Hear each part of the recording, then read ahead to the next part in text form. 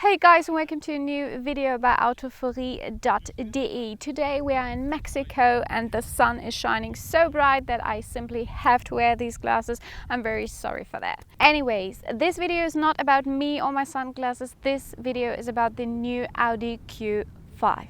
In this video, we will only give you a short and quick review about the new Q5. If you want to have more information, just have a look in the description box. There's a video which is German about the Q5, but it has English subtitles and is a lot longer and has a lot more information.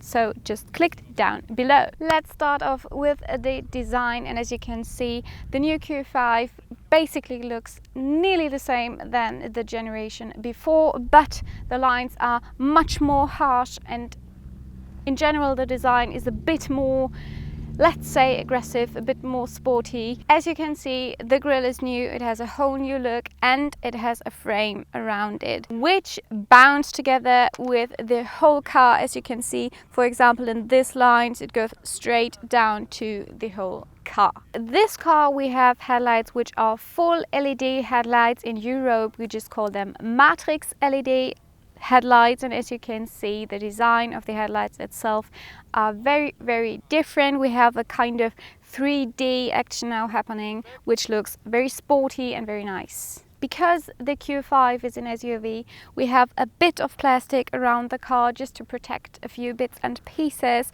Also, we have just a bit chrome, not too much, so that it's only a bit of design and, you know, not too heavy, not too much bling bling going on at the car. As you can see, the wheel arch we have here is quite big. That's because we are in the off-road mode at this moment. And at the back of the car you can see one or two differences as well. For example, lights, again, they nearly look the same, but if you have a look inside, you can see that there's a new design inside of the lights. Also, the exhaust pipe are not outside of the car anymore. They're very integrated into the car. But to be true, they are fake, not real. Behind the door we have some luggage space which contains about 550 liters. If that's not enough for you guys, then you can of course flip the back seats over, and then you have about 1,550 liters volume. Now let's talk about the engines you could get with the all-new Q5. So basically it's the same platform as the Audi A4 or the A5. So there's a bright range between 2-liter engines and 3-liter diesel engines. And in this case we have the 190 HP diesel engine with 400 Nm of torque.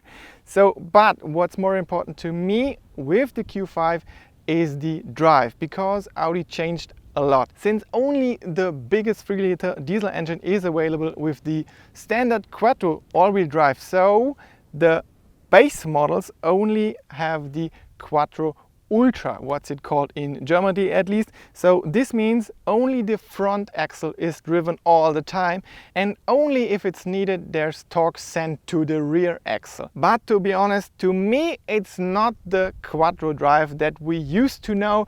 So if you need all-wheel drive, please go for the biggest diesel engine, because otherwise it's not a real all-wheel drive system. Welcome inside of the new Q5, and as you can see, there's not a lot of colors happening in here, just brown and black and a bit of metal, and that's basically it. As you can see, we have whole new seats in the new Q5, and to my mind they're very comfy and they look very good, although I just feel a bit too small for these seats, if you know what I mean, but it's totally fine. This is not a sports seated car, so it's absolutely fine. As you can see, we have the virtual cockpit in here, which you might notice in a few other videos of us. Of course, we will link one or two of those videos down below in the description box. Let's have a quick look at the space we have in the back, mainly how it feels to sit on the back seats in general. And as you can see, I'm about 1 meter and 70 centimeters tall, or small as you like to call it, and I have quite a lot of space. Especially in the leg area I have a lot of space, but when you see and have a look at my head as well, there's quite a lot of space. Since we have the optional air suspension in the Q5, we can lift it up by 45 millimeters in off-road mode, but that is limited to 35 kph. So if you want to go off-roading but fast, there's also an all-road mode which applies up to 80 kilometers per hour, but is only lifted by 25 millimeters.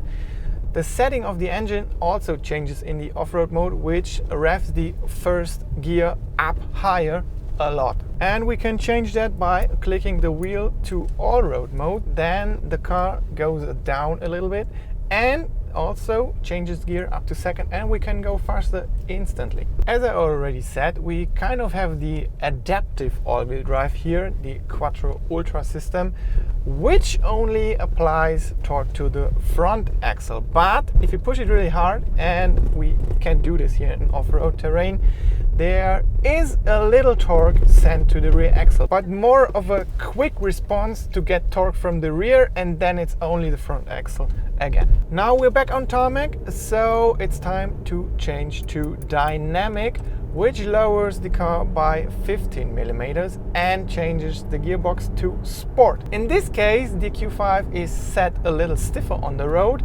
and especially better set on the road than its predecessor. Sadly, we cannot tell you anything about the assistance systems, or at least the navigation, because it's not working here in Mexico where we are right now. But if you're interested in that, there are a few other videos by Audi and us. We will link a few of them down below in the description box. All in all, the new Q5 may not look very new or better than the generation before, but the electronic devices and also the driving performance is way better. If you like this video, please give it a thumbs up, and if you haven't subscribed to our channel yet, do this now so that we can meet each other in the next video. See you next time. Bye bye.